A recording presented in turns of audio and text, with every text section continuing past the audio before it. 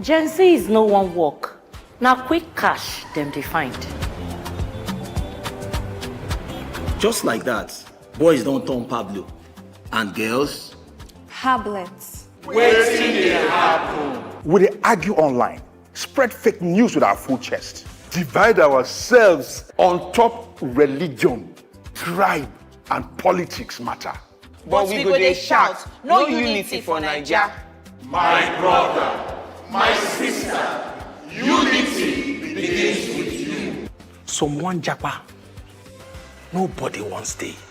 But who go fix Naija if no be you? Omo, you go stay o. Naija dey wait for us same way we dey wait for Naija. That's why National Orientation Agency don't bring this better ogbonge plan. We go change the game. That na 7 for 7 agenda. 7 promises from leaders and 7 citizen codes. Equality, democracy, entrepreneurship, employment, peace and security, inclusivity, justice, meritocracy. Now the Naija promises. But without our own discipline, duty of care and tolerance, respect and true leadership, transparency we all need, environmental awareness, resilience in no go walk. 7 promises, them don't talk am. 7 codes, now we go do am o. No dey wait, no dey look face, join body make we run the race. Now you and me, now you and me, now you and me, go fix our Naija.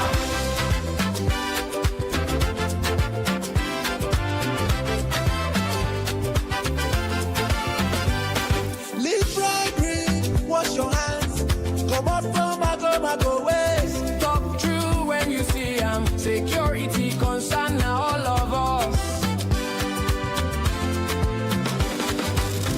No dey complain about Naija, complaining no dey change am o. If you be true Nigerian, if you be ogbonge Naija. If we want better tomorrow, now we go make am work today. 7 promises, them don't talk am. 7 codes, now we go do am o. No dey wait, no dey look face, join body make we run the race. Now you and me, now you and me, now you and me, go fix our Naija.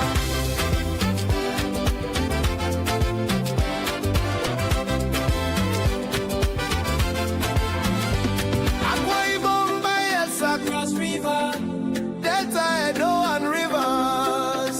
Oh, Akwa Ibom, Bayelsa, Cross River, Delta, Edo and Rivers. Oh, 7 promises, them don't talk am.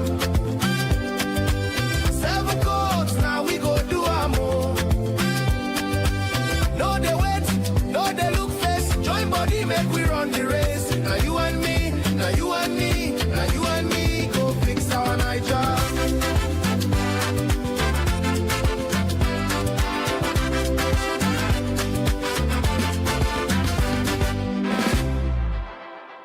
If we be true Nigerians, we go rise hand in hand. Uphold the 7 for 7 agenda for Naija, our hope, our pride, and our strength.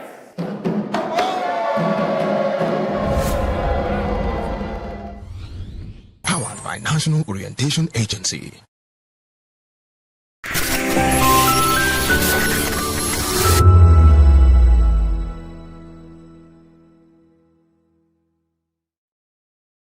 Are you ready for the extraordinary? Something big is happening on your screen. Introducing VOP TV. Now streaming on SLTV channel 264. From breaking news to captivating conversations, news analysis, giving you all sides to the story. We break in-depth discussions on the issues that matter, from politics to sports, entertainment, and lifestyle. VOP TV on SLTV channel 264. Join us as we redefine what television means to you. Voice of the People Television, VOPTV. Now you have more than a voice.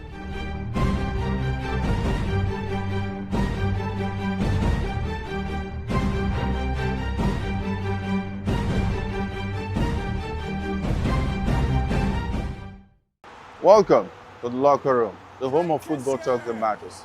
I am Jerry Apelon. Join us every weekday, Monday to Friday at 5 p.m. Nigerian time, as we share the hot takes and hot debates in the exciting world of football. And joining me are the usual suspects, Ikechukwu and Mayowa, as we break down all the hot takes and everything that's happening in the football. Don't just watch football, live it with us. Catch us on the locker room and Voice of the People Television at 5 p.m. Nigerian time. And like I always say, if not 20 minutes off, please discuss. And it's Hakim Ziyech who puts the VOP TV. Now. TV. Keep watching, stay tuned, do not touch that dial. My name is Made Kuti and you're watching VOP TV. Keep watching. Welcome, my name is Zika Davis. Distinguished ladies and gentlemen, boys, viewers, everybody, boys and girls. This is VOP TV. Do you know what that means? Voice of the People TV. You don't have a voice, don't come here. You better make sure your voice is heard. Are you ready for the extraordinary? Something big is happening on your screen. Introducing VOP TV. Now streaming on SLTV channel 264. From breaking news to captivating conversations, news analysis, giving you all sides to the story. We break in-depth discussions on the issues that matter, from politics to sports, entertainment, and lifestyle. VOP TV on SLTV channel 264. Join us as we redefine what television means to you. Voice of the People Television, VOP TV. Now you have more than a voice.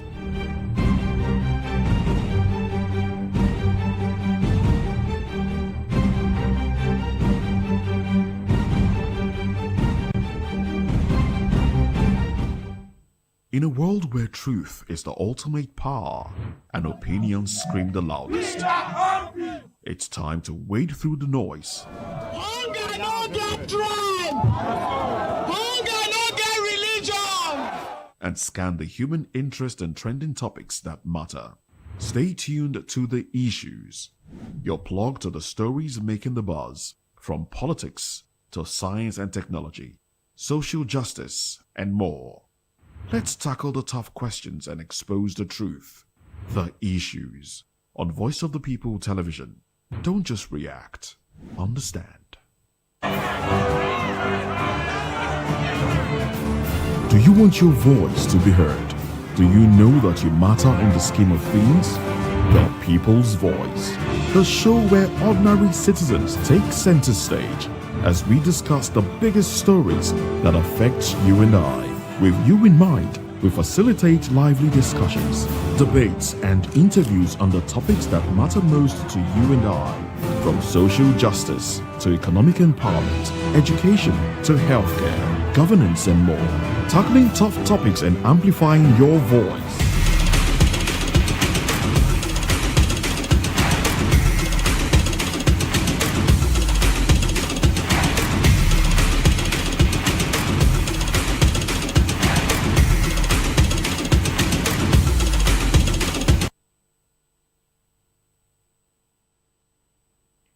Morocco is say will last for the night. Senegal comes in the morning. That's exactly how the AFCON 2025 was wrapped up right there in Rabat, Morocco, where Senegal actually got their second major title and cemented Sadio Mane's legacy as arguably one of the best forwards or players in Africa. Of course, it's gone multiple titles right now in Africa. It's a feat. A lot of players, including the likes of JJ Okocha, Nwankwo Kanu, and of course other huge legends of African football. Didier Drogba, Yaya Toure are actually aspiring to get, but unfortunately they couldn't. On that note, I welcome you to this very awesome episode of Sports Republic on Voice of the People TV. I'm Ikechukwu Agwago. AFCON final.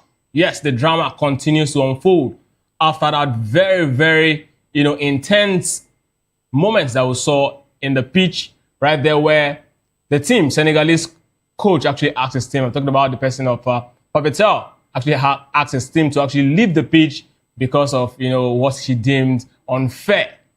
And recall that Sadio Mane actually, called the boys back.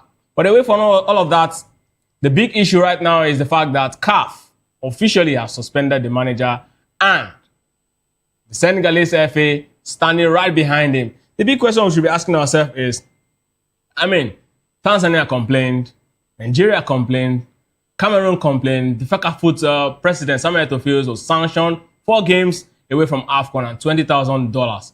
Now, the coach of Senegal took the gold and also took a hit from CAF. How can a team actually play all through the tournament without getting a yellow card? We can definitely sit down and ask ourselves these big questions as the conversation unfolds. Welcome once again to Sport Republic on this particular episode. And let's look at exactly what really happened as Senegal actually clinched a 1-0 victory against Morocco in an extraordinary African Cup of Nations final. But the match was marred by controversy as Senegal, like I said earlier on, walked up the pitch after a stoppage time penalty was awarded against them. The incident actually sparked criticism from Senegal's coach, Papetel, who actually prompted his players to leave following what he felt was an unfair call. Morocco's coach, Walid Regragui, actually expressed his dismay over the incident, labeling it shameful. If you ask me what exactly is shameful, is it the fact that, they actually had to pull out or stand their ground after loads of antics, aside the fact that referee was actually doing what we really do not understand in the world of football, or the fact that CAF eventually had to sanction the manager and, suspend him? We'll be asking ourselves these questions and be, looking at all of this conversation as this particular episode unfolds. My guest will definitely join us. I'm looking forward to actually bringing Abiodun Akpino when he eventually comes on board, and definitely going to help us break the conversation. Good morning, Abiodun. Yes, I heard that you are very much with us right now. And welcome to this Sporty Tuesday on Sport Republic. Good morning once again. And tell us exactly how, this particular championship has really shaped African football. I'm talking about Morocco 2025.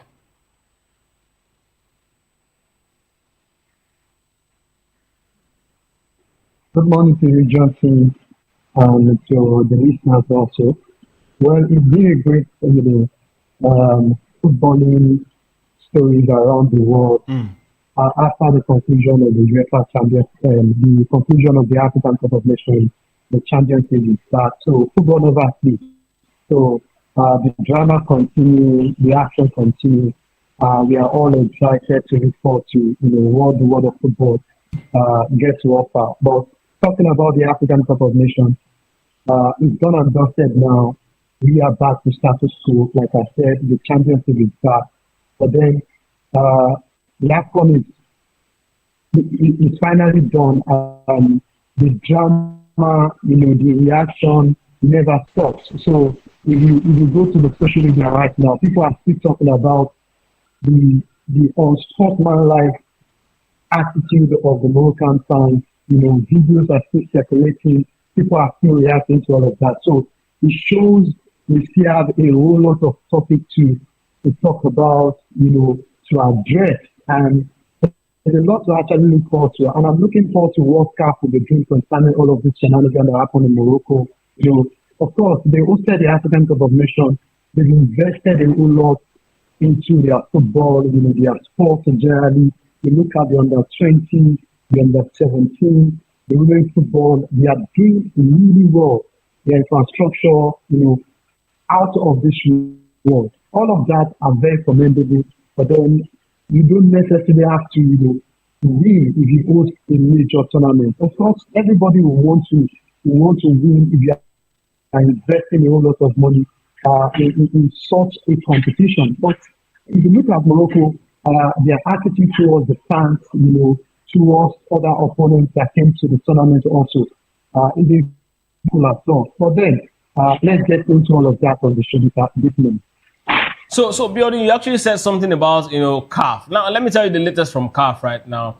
The incident that prompted the coach, I'm talking about Senegalese coach, Papetel, to actually act his words, or his team to actually leave the pitch, is actually very much under scrutiny at this point because the coach, the manager, has actually been sanctioned. He has been suspended from, CAF-related activities. And now, of course, you recall that after that particular incident, the coach of Morocco actually, was speaking to the press, and he said that, that incident was actually a shame to African football. Let's put this, two incidents side by side. A lot of persons have actually come on the defense of the coach of Senegal, saying that, hey, that was him actually standing up. Someone had to, at some point, stand up against, the antics of the Moroccans. Other persons are actually saying, no matter what, you have to just, find a way to finish the game. Let's look at this. Which of it is it for you? And of course, is it right for CAF to actually suspend him based on that particular incident? Absolutely. I think it is right for CAF to suspend, Pape. Senegal have been very phenomenal right from the blast of the tournament. And they are also seen as one of the favorites to win the AFCON. In the end, they got to the final. And if you look at, what has been happening right from the group stages, if you remember, a certain Benator actually came out to say, see, we need to look at all of these, bad officiations from some of the referees. People are not really talking about it. It felt like there was nothing serious about the officiating. As at that point, nobody was talking about it, but Benator was the first person, to came out to the media and said to them, like, see, you guys need to pay attention to the officiating of war.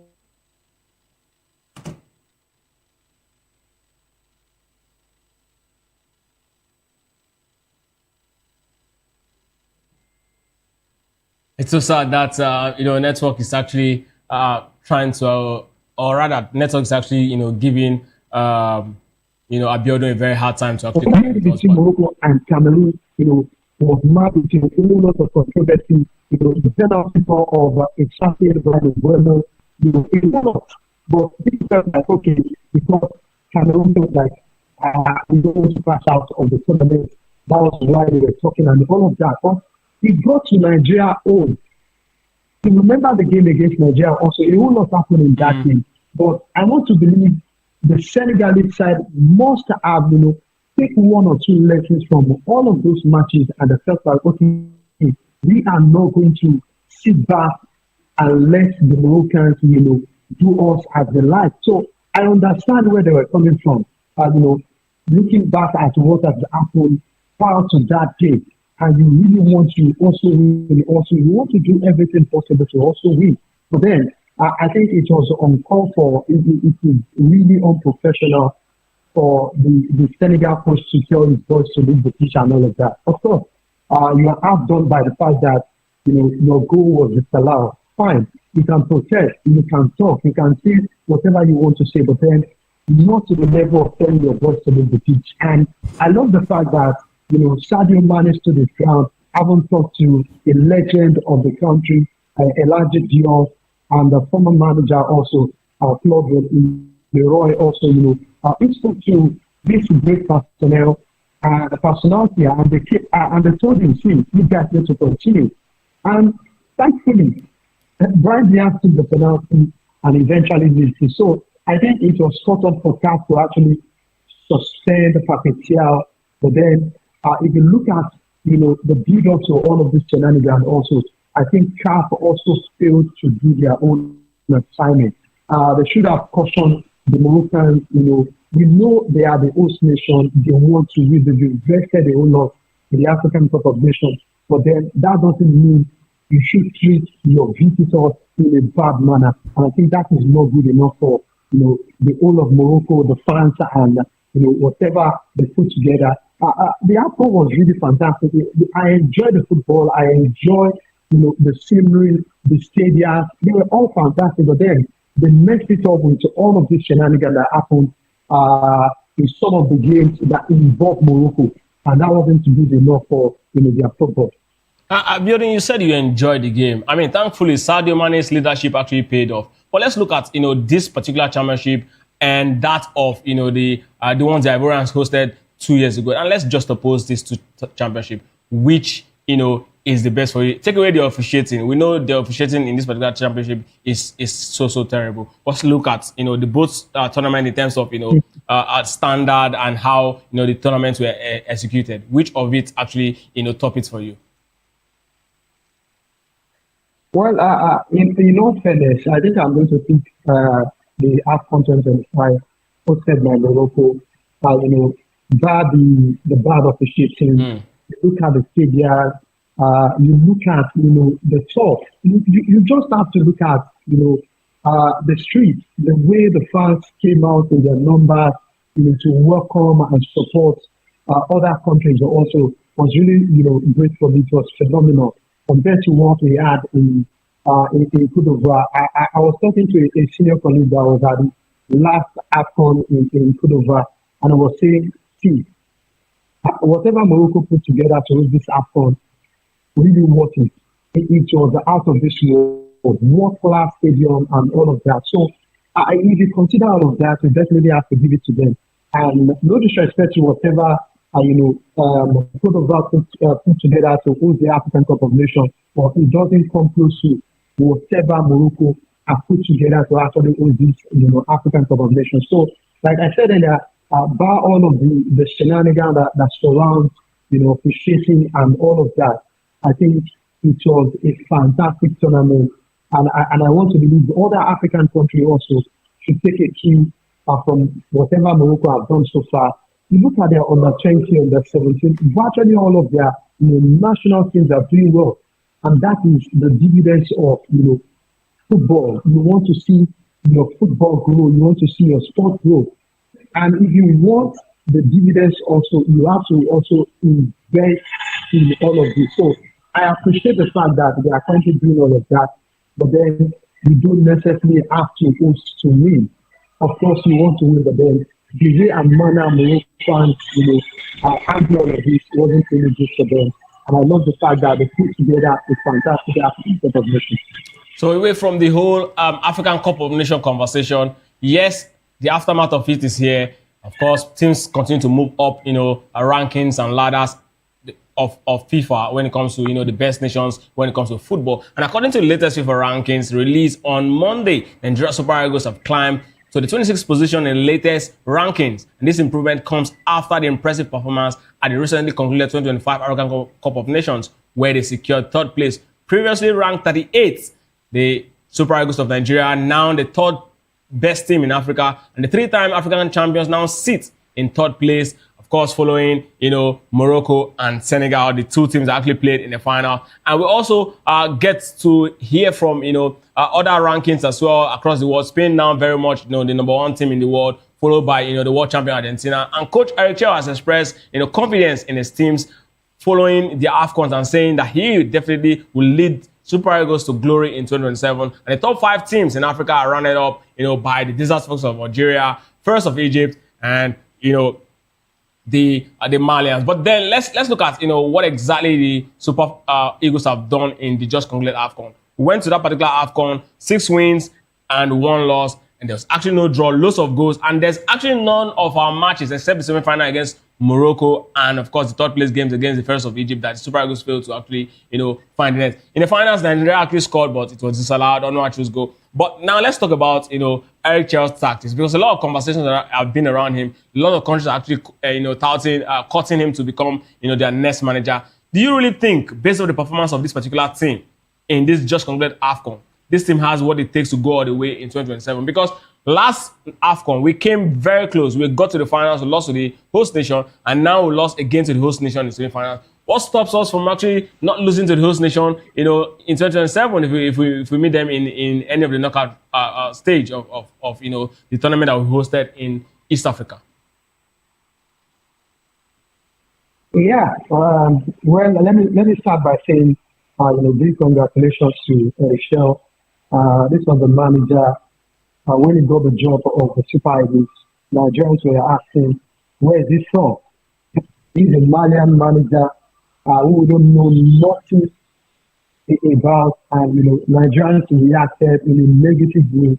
Only few people actually gave him, a benefit of that to actually do well for the Super Eagles. And if you look at what this man has done, since he got the job of the Super Eagles, you definitely have to support whatever he wants to do right now in terms of how he wants to set up his team, how he wants his team to play, and all of that. And we saw all of this at the African Cup of Nations.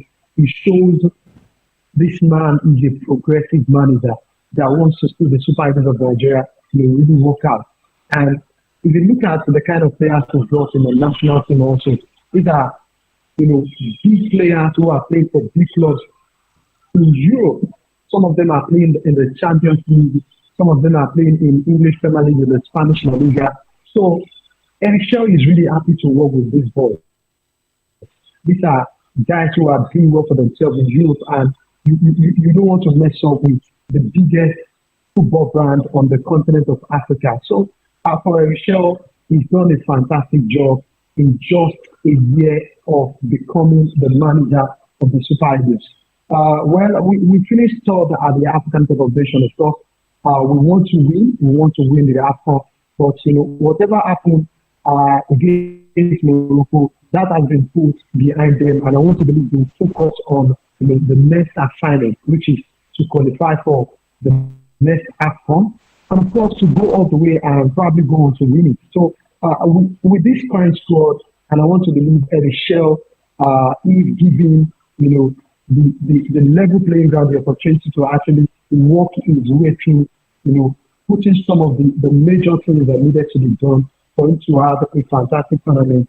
I think we go on to win that AFCON. But right now, I think the NFF need to have a one-on-one talk with the manager, let him know what they want to do, and of course, we expect a whole lot from the manager also. So I'm really satisfied with whatever Elisha has done so far. He's done a fantastic job with the national team. Before he got the job, it was Jose Pesero, Philippe George, and these guys failed to qualify for the World Cup. He was also in charge of the Super Eagles of Nigeria and in some of our games also, and we failed to qualify for the World Cup. But then, I haven't put all of that behind us. We got to the African Cup of Nations, we dispatched our opponents, and we got to the semi-final. So it shows that this man knows his job. He has what it takes to take the Super Eagles of Nigeria to the next level. So I'm really happy with the fact that Super Eagles are doing well. And you can see, you look at the latest ranking right now. Nigeria, prior to the AFCON, we are ranked 38, and right now we are 26th in the world. So it shows there's progress. It shows there's a future for the Super Eagles. So I'm really happy for the manager, and of course for the guys also talking about the main protagonist, the players. I'm really happy for them also. Of course, we wanted them to win the AFCON, but unfortunately that wasn't happen. But then we have to celebrate whatever they've done, whatever they have achieved so far in this tournament. So going forward, I want to see more progression from the national team, and of course of the manager himself. So looking at the way the Super Eagles actually performed in the last AFCON, in fact, former Super Eagles international Garba Lawal has actually come out to say every team is actually intimidated by Super Eagles' attacking threat, while he was actually hailing Eric Chelle'S, attacking philosophy. But let's look at the team in total, right? How the team actually did perform in just completed AFCON. Which area do you really think the team really needs to work on? Well, looking at the area Eric Shell needs to work on, I think I will center around the midfield, because if you go back to our game against Morocco in the semi-final, with Wilfred the captain of the team missing in that game, his absence was keenly felt in that game. He missed Wilfred in that game. And if you look at the age of Wilfred he's not getting any younger. So it now boils down to the manager to look at the players he's not in the national team right now. Of course, Wilfred is not going to be in the national team for forever. So you need to start preparing for the next player that will take that position. And that, you have to really work hard to look for that player that will be in the same position to deliver, just like Wilfred has delivered over the years of the Super Eagles. So And that comes to Rafael Oyedika. We saw him against Morocco, but then he wasn't up to standard.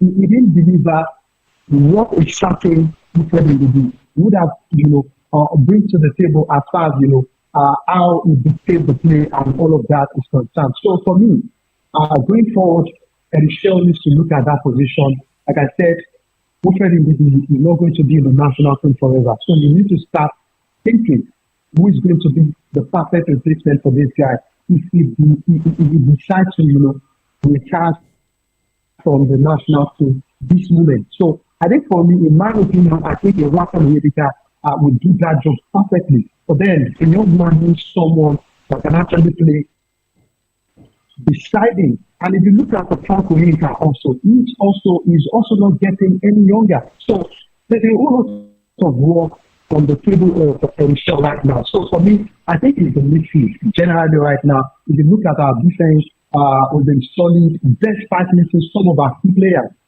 Build up to the AFCON, Benjamin Frederick was injured.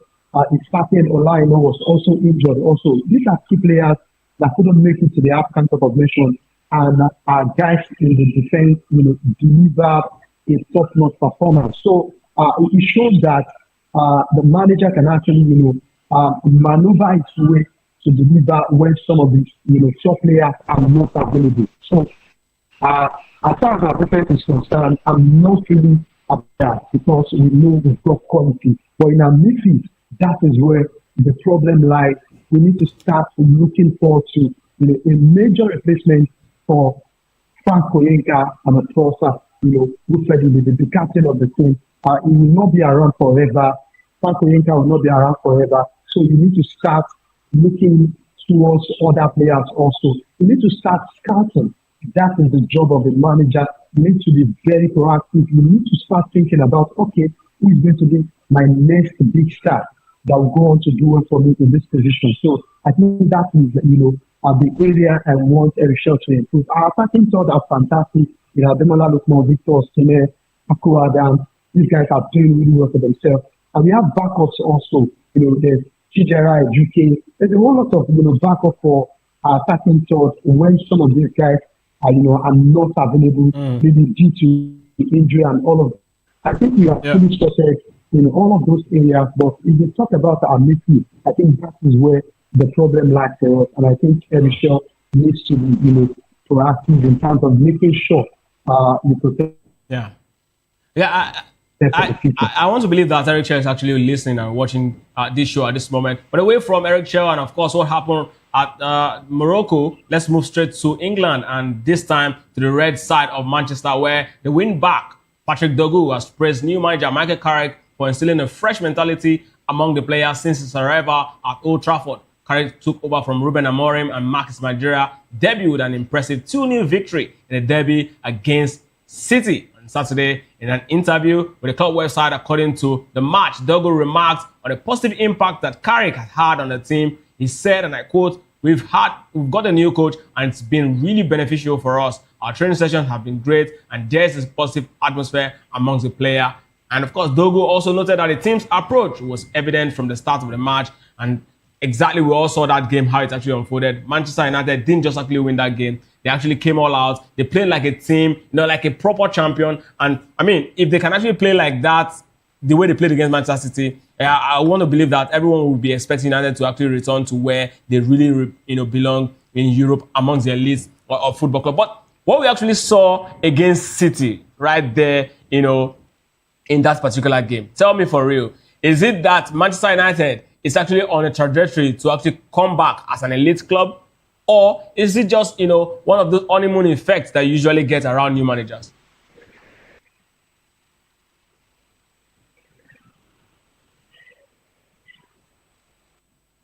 Are you there?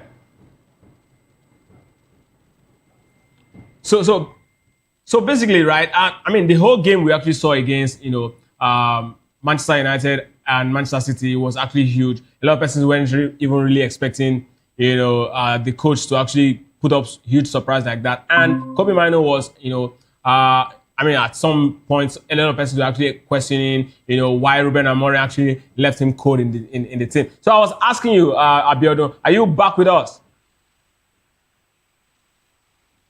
Yeah, I'm back. Okay, so I'm asking you, the Manchester derby that we saw over the weekend, is it just for the coach? Is it just a honeymoon effect, or is it a case of, he's actually got the right mojo to actually take United back to, the elite status when it comes to European football? Well, I wouldn't want to say it's just a flash in the pan for Manchester United, because if you look at the history, in the short time when Carey came into the position of being an interim manager for Manchester United, I think it did well.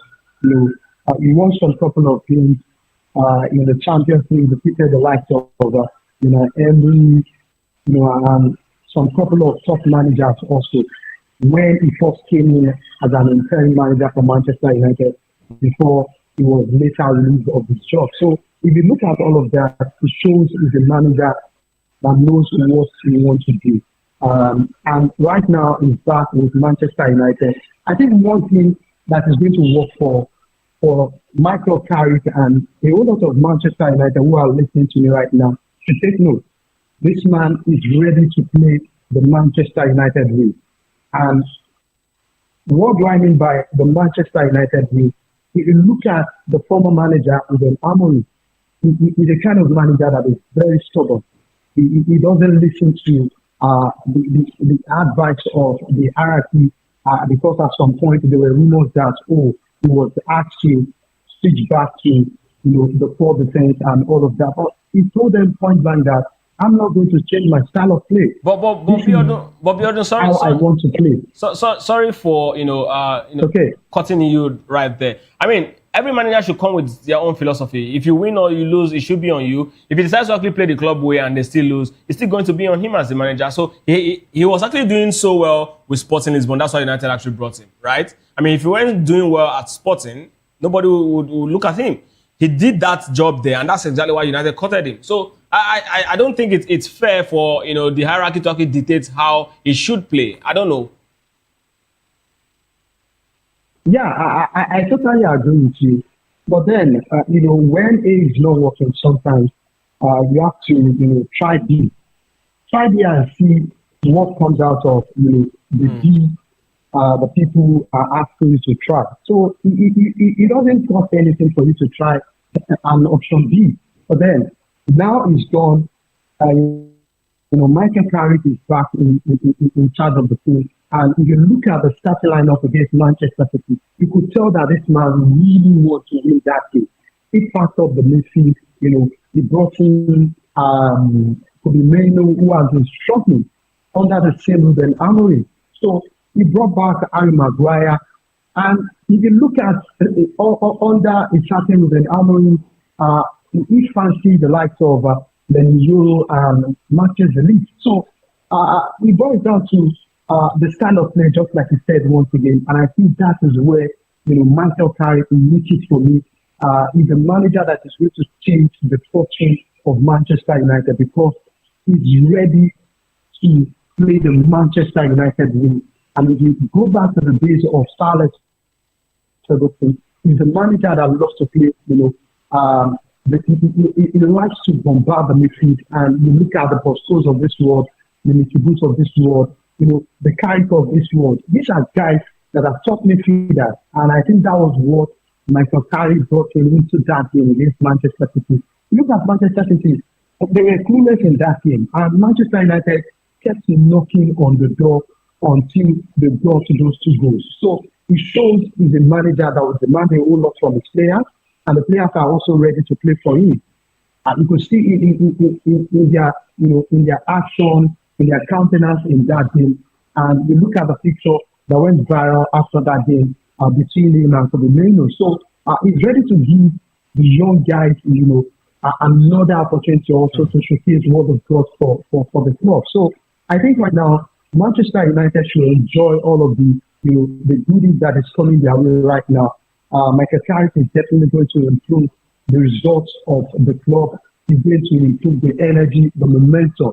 But then, he's still an interim manager. We are not sure if he's going to take the job on a permanent basis. But for me, I think frankly, I'm loving what he's doing. And let's not for him, it's a big game against Arsenal. Should he go on to win that game? Trust me, the fans will be fully behind him, to take that job on a permanent basis. But then Manchester United, like I said earlier, they need to take it a game at a time. If they go on to win their game against Arsenal, then the fans will definitely be looking forward to more good results from their current manager. Still talking about Arsenal, yes, and the Gunners actually failed to capitalize on Manchester City's woeful performance against Manchester United by not winning that particular game against Nottingham Forest. That would have actually left them 9 points, clear of the summit.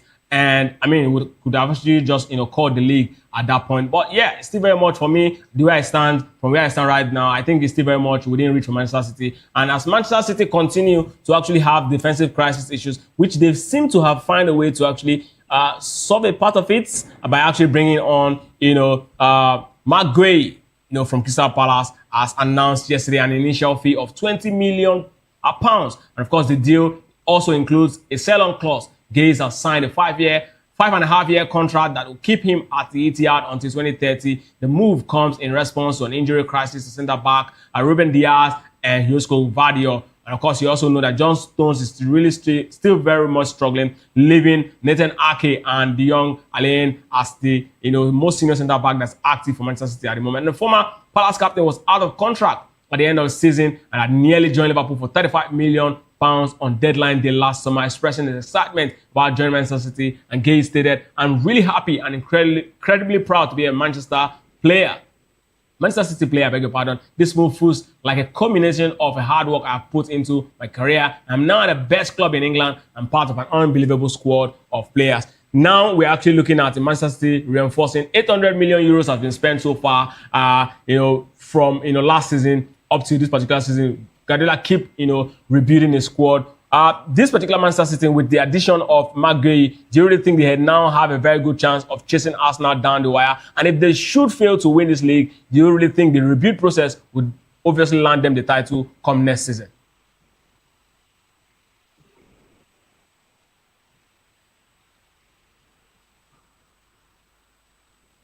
Well, for Manchester City, I really don't know where they stand right now. Because if you look at, some of the injury worries for them, the Stone, Josko Gvardiol, Ruben Diaz, these are top guys for them who are out injured. And, if you look back again, this is not the Manchester City that are the likes of Kevin De Bruyne, the young and informed Bernardo Silva, Rodri, before he picked up his ACL injury. So they dominated Europe at that time. And if you look back again, it's just like a team that is going through a new phase. So it's going to take them a lot of time before they can actually get to where the likes of Kevin De Bruyne and the likes, took the team to winning the Champions League and winning back-to-back English Premier League. So it's going to be very, very difficult for Manchester City. Of course, they've been bringing in quality players, Antoine Semenyo joining from Bournemouth, Margeni, a new signing for them. Of course, it's going to add a whole lot of quality to their defensive line. But then, if you look at Arsenal, I think Arsenal are the only one that will stop themselves from winning the title this season, honestly. Because you look at Manchester City again, today, the win. Tomorrow, you don't even know what to expect from a Pep Guardiola side. They are not that consistent when it comes to, delivering at the highest level. Of course, you still want to fancy them to be the one to give Arsenal a run for their money. But trust me, with what I'm seeing this season, I think Arsenal are the only one that will stop themselves from winning the title. Of course, Manchester City, will fight to the end of the season. But as far as I'm concerned, where I stand, I think Arsenal are the favourites to win the title. Manchester City will definitely, fight until the end. But I'm not sure they are ready, at least for now, to win the English Premier League.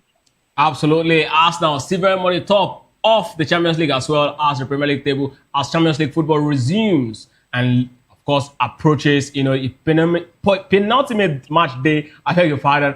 And of course, giant like Real Madrid, Liverpool, and Inter Milan find themselves battling to secure their position for the knockout stage. A mix of historical success and current challenges marks the critical phase of the tournament. And current key standings. Top contenders, teams already qualified like Arsenal, Bayern Munich, Manchester City, Paris Saint-Germain, and Atlanta have all confirmed their spot in the knockout phase for this particular year. Now, a lot of teams from 9 to 24 teams must actually navigate two-legged playoff to join, the standard. But Champions League football resumes. Match day 7, Arsenal against Atlanta. This is arguably the biggest fixture of the night. Tell me, look at these particular fixtures that we're actually having in our hands. Real Madrid against Monaco. Yes, we might also want to look at, that particular fixture because Monaco seems to actually be, doing some very good work right there in France. It seems like a team that is, on rebuild. And Fati and the likes are actually doing so well there. And Real Madrid doesn't really look like that, team you want to actually fancy. Yes, this is the Champions League. You want to call it their playground. But let's focus on Arsenal against Inter Milan. Arsenal already qualified. Do you think Inter Milan will pick up all 3 points today and, of course, cement their place as, the teams that will be going to the next round of the UEFA Champions League?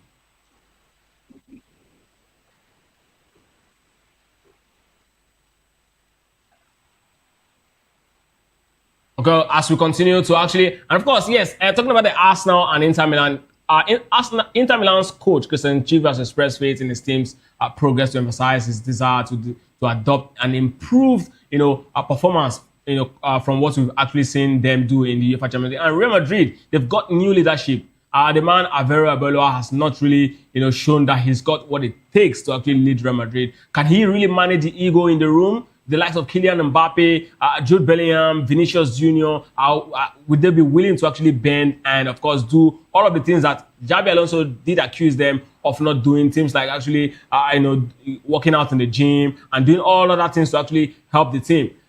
We'll definitely be hoping to actually get to see that. And yes, of course, this includes following their disastrous performance in the Copa del Rey against, second-tier side Albacete. And we'll also be looking at, fans' expectations as Monaco will definitely come out all strong. They've really shown, like I said, that a side to actually, fear. And Liverpool is also on a 12-match unbeaten streak in their own particular game. I don't know how Liverpool will definitely be doing this particular one, but Liverpool seem to be a team that you really cannot, say which team you get to actually play, under this coach Arne Slot this particular season. But away from UEFA Champions League, hopefully that Arsenal will definitely get the result, or Inter Milan. If you're an Inter Milan fan, you'll be hoping, because Arsenal, this game is more like a dead rubber for them. They're the only team that's got 100% record so far in this particular season. Can Arsenal go all the way to actually win, the UEFA Champions League and the Premier League? Do they have the squad in depth to actually do it? They do. But one thing that will definitely be coming between Arsenal and winning any major title is the mentality.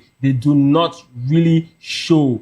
They do not really appear like a team that's got that monster mentality to go all the way. The talent is not in dispute. The quality of play they put on is not in dispute. But this is exactly that part of the season. As Arteta learned a lot, about handling the tail end of the season. We'll definitely find out as season unfolds. But away from football, let's talk about tennis, as Novak Djokovic begin his pursuit of an 11th Australian Open title and record-breaking 25 Grand Slam, by delivering an impressive first-round performance in Melbourne on Monday. The fourth seed overcome Spain's Pedro Martinez with a commanding scoreline of 6-3, 6-2, 6-2 on Rod Laver Arena, achieving an important milestone by securing his 100th win at the Grand Slam event. Djokovic showcased his exceptional serving abilities, losing only 3 points on his first match, highlighting his dominance in the encounter. I mean, they say, the older the wine, the better the taste, Abiodun.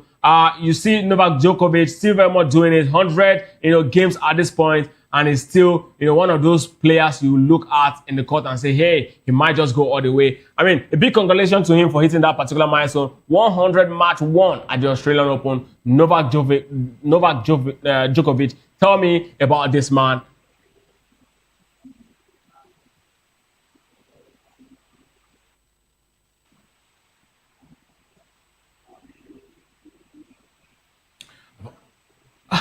Of course, away from Chelle'S, let's go straight to boxing. And Tyson Fury has confirmed his return to boxing ring in 2026 nearly a year after his retirement announcement. The 37-year-old heavyweight champion plans to take a warm-up fight before facing a major opponent later in the year. Fury has not fought since his second point loss to Alexander Usyk in December 2024. Promoter Eddie Hearn remarked on his dual challenge of preparing for elite competition while returning after a long hiatus, acknowledging the need for a manageable first fight. And Eddie Hearn has been more active on social media, sharing updates on his training and preparation. Fury, who turns 38 in August, has been training intensively, drawing inspiration from his progress and mental well-being. Hearn also noted that even though he's been away, he believes he's still in the prime. He lost 2 close fights to Usyk, so he's certainly not finished. This is according to Eddie Hearn. And a lot of people are actually hoping that he could have actually, paired up with Anthony Joshua, and that fight has been put on hold because Joshua is currently taking time off from boxing following the tragic death of his close friends in a car accident. And they also emphasized that Joshua's decision on his boxing career remains personal and necessary to respect during his challenging time. Now, I don't know if Bjorn is actually back. I just want to really ask you, is he back?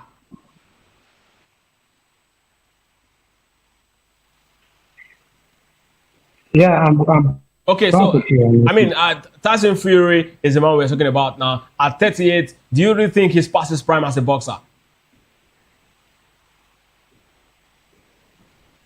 Well, for Tyson Fury, is a man that loves to, he talks a lot. And for me, I love the fact that he's that kind of boxer that loves to challenge his opponent. He doesn't care about who you are. He just wants to challenge you and so you expect some sort of reaction from you. And I think that is what he's doing right now. Maybe he wants to come back, maybe not. It's just a matter of time. But I would love to see the draft between him and Anthony Joshua. But sadly, Anthony Joshua is not in that stage right now to even talk about boxing at this moment. The young man is still insane, still money. His friends. For me, I would love to see that bout. But then, whoever is coming in replacement for Anthony Joshua is going to be a great watch. But then I would love to see Tyson Fury back on the ring again. Let's see what he's got, at least for the last time. Of course, we know boxing to be one sport that you don't, totally retire from. You said you retire now, maybe in 2 years to come, you might come back and, of course, be back on the ring again to take your opponent. So I think for me, I would love to see Tyson Fury. But then, I think he's got it. He's one boxer that he doesn't care about you. He just wants to do his thing. And if you win, well, you move on. If he also wins, he also moves on. So I'm looking forward to seeing the back on the ring. So, Abiodun, let's quickly take a dash to, the boot. Let's take a dash to hit the bull's eyes and talk about a little bit about golf, where the man who just signed a huge endorsement. I'm talking about Luke Littler, who just signed a £20 million endorsement, with Target Golf. One of the sponsors of golf, just advanced to quarterfinals of Saudi Arabia that Masters with a commanding 6-1 victory over legendary Paul Lim. This win sets up a highly anticipated rematch against Gian Van Veen following their encounter in the World Dart Championship final. In a strong showing, the 18-year-old, Littler quickly established a 4-0 lead against Lim, demonstrating his powerful scoring. Although Lim managed to actually snag a leg, Littler ultimately finished the match on top. The upcoming quarterfinal will be the first time Littler and Van Veen meet since the former's impressive 7-1 victory in their previous showdown, which crowned him the first back-to-back world champion in a decade. Littler noted the subdued atmosphere at the global theater as that debuted in Saudi Arabia. He acknowledged the challenge of adjusting to the near silence during play, but expressed confidence in his ability. As long as play well, he said, as long as you play well, you win for 90 minutes. And in the end, he actually said that there's definitely there's always going to be just one winner in a game against him and Van Veen. Tell me exactly. He said that. Who do you think he's talking about? Is he going to be the undisputed winner, or Van Veen, who is in an impressive form? He has done a lot for himself, in the last 12 months in the world of golf and in the world of darts?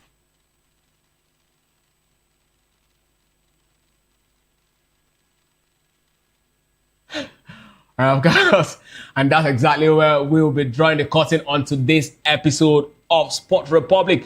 Do well to actually join the guys later this evening. I'm talking about Locker Room. Afis and Jerry will be taking us through the world of football, and they'll be breaking down every single details of all of the events that we spoke about and even more later this evening. And of course, from here, it is me saying, good morning to you. And up next is David Edwin coming up with the midday news. Don't go away.